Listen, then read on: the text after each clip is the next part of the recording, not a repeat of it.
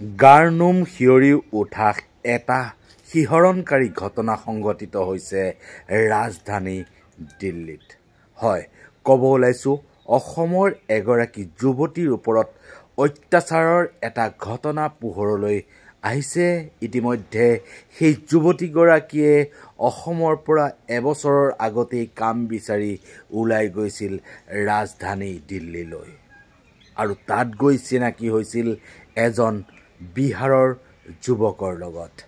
নাম হৈছে বিজয় আৰু তাৰ পিছতেই সেই যুৱতীগৰাকীক কাম দিয়াৰ প্ৰলোভনেৰে সেই নৰপিশাচ বিজয়ে অত্যাচাৰ কৰি গৈছিল সেই যুৱতীগৰাকীক।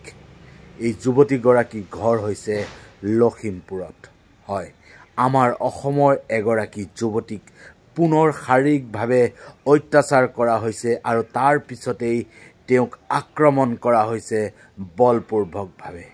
এয়া এবাৰ নহয়, এয়া দুবাৰ নহয়, এয়া চাৰিবাৰকৈ ঘটনা সংঘটিত হৈছে সেইগৰাকী যুৱতীৰ লগত। আৰু কিমানগৰাকী অসমৰ যুৱতীয়ে এই ধৰণৰ কষ্ট সহ্য কৰিব লাগিব বাহিৰৰ পৃথিৱীত, অৰ্থাৎ অসমৰ বাহিৰত। এয়া এক নতুন ঘটনা নহয় যদিও কিন্তু পুনৰ এই ধৰণৰ ঘটনা সংঘটিত হৈছে ৰাজধানী দিল্লীত।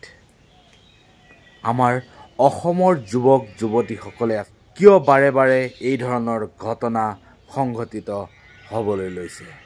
শুনক এই ঘটনাটোৰ সবিশেষ। Big breaking news. দেশৰ ৰাজধানী দিল্লীত পুনৰ অসমৰ যুৱতীৰ সৈতে ভয়ংকৰ কাণ্ড সংঘটিত হৈছে। গাৰ্নুম হিয়ৰি উঠা ভয়ংকৰ ঘটনা সংঘটিত হৈছে অসমৰ লখিমপুৰৰ যুৱতীৰ সৈতে দেশৰ ৰাজধানী দিল্লীত অসমৰ যুৱতীক ধৰ্ষণ কৰা হৈছে।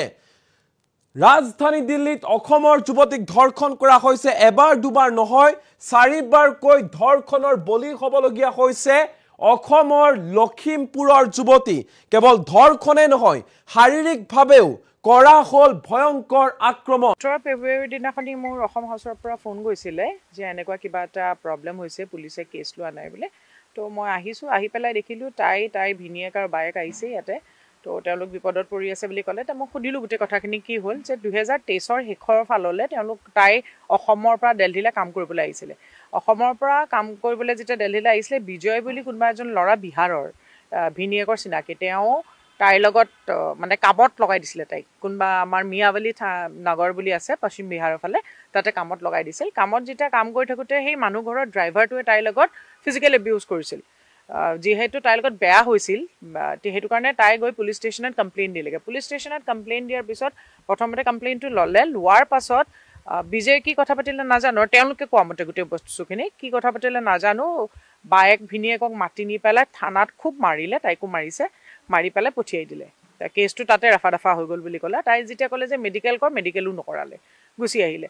তাৰপিছত অলপ দিনৰ পিছত বিজয়ে কণ্টেক্টত আছিলে, কাৰণ যিহেতু তাই কাম বিচাৰি আহিছিলে আৰু বিৰাট দৰিদ্ৰ ঘৰৰ ছোৱালী তাই। তো কাম বিচাৰি অহাৰ কাৰণে বিজয়ে আকৌ কণ্টেক্টত আহিলে। কণ্টেক্টত অহাৰ পিছত তাইক লৈ গ'ল। লৈ যোৱাৰ পিছত বিজয়ে ঘৰত নি পেলাই তাইৰ লগত বেয়া কাম কৰিছে আৰু তাই ঘৰতো আৰু তাৰ গাড়ীখনতো বুলি কৈছে। বিজয় আৰু পাপু নামৰ দুজন ল'ৰাই তাইৰ লগত যেতিয়া বেয়া কৰিছে আৰু তাহাঁতি যেতিয়া থানালৈ গৈছে, বুধবিহাৰ থানা বুলি কৈছে, বুধবিহাৰ থানাত কমপ্লেইন কৰিবলৈ গৈছে। বুধবিহাৰ থানাই কেছটো নল'লে তেওঁলোকৰ।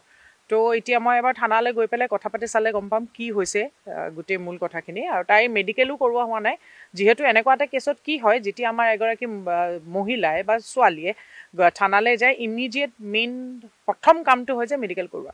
তাই বহুত কৈছিলে যে মোক মেডিকেল কৰাই লওঁ বুলি, কিন্তু পুলিচে মেডিকেল নকৰালে বুলি কৈছে আৰু পুলিচে কেছটোও লোৱা নাই। এতিয়া যিহেতু আমাৰ ওচৰত কাষ চাপিছে, আমি ট্ৰাই কৰিম যিমান পাৰোঁ তাইক সহায় কৰিবলৈ তেওঁলোকৰ পৰিয়ালটো।